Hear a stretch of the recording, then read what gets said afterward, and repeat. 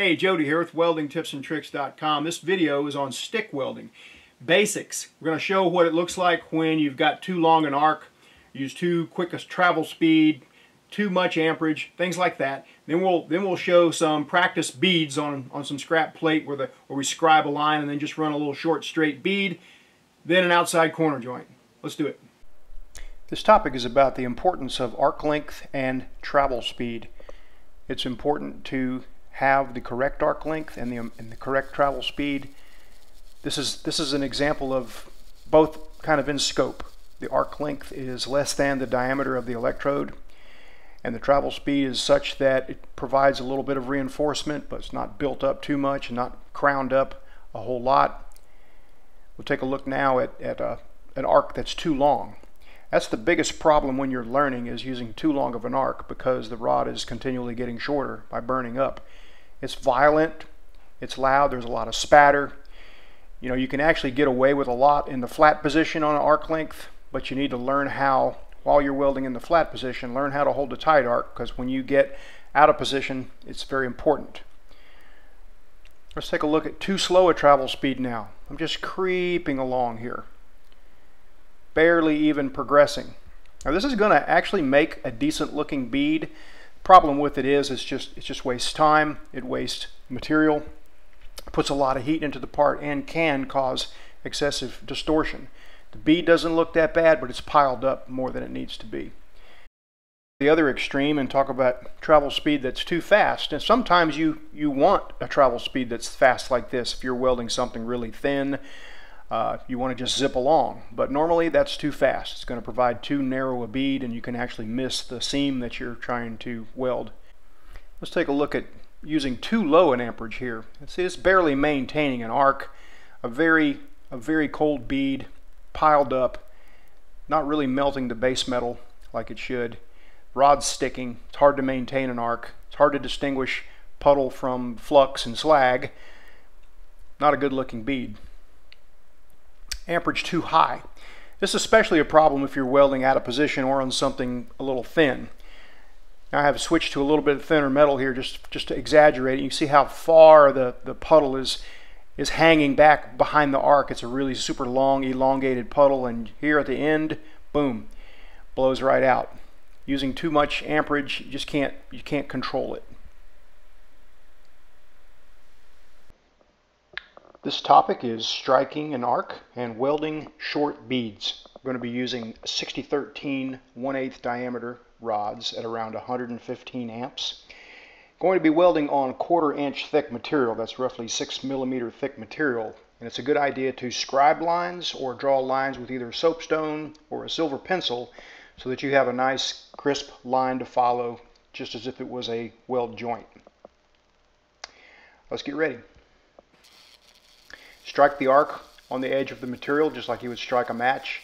Try to maintain a fairly tight arc length. When I say fairly tight, I mean the diameter of the electrode or less. That's the core of the electrode, so that's 1/8 of an inch. Arc length can be deceiving. It's usually longer than you think it is because the wire is burning off up inside that flux.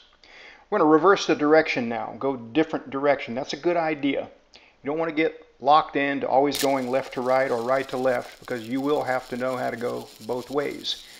So just changing the direction here, everything else is the same. When I come to the end, I'm going to back up momentarily to fill the crater. Swap directions, go again. You will have to cool the piece off maybe every 3 or 4 beads. And save this piece when you're done, because you can fill these gaps in between the beads for extra practice.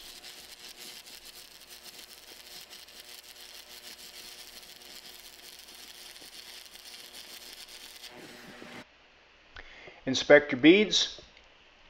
Make corrections as necessary. You know, ask yourself the questions like, was my arc length correct?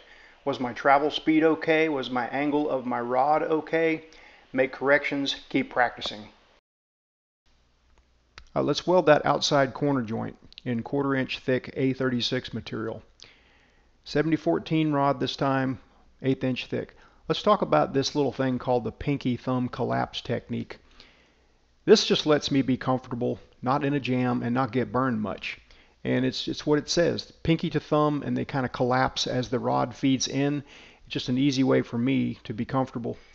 There's also the one-armed technique here, just one arm, and that's nothing at all wrong with that. It's very good to be able to do, just weld with one hand without propping or steadying on anything.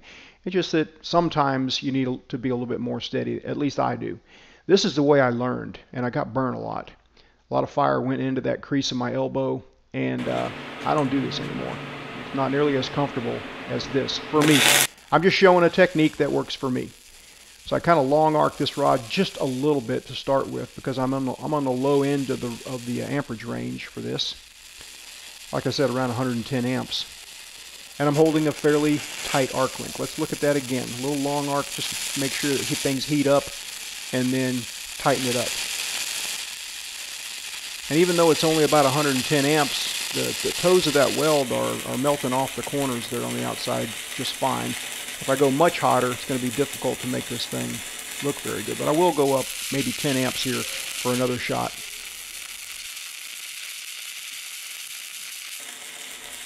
Running along pretty smoothly.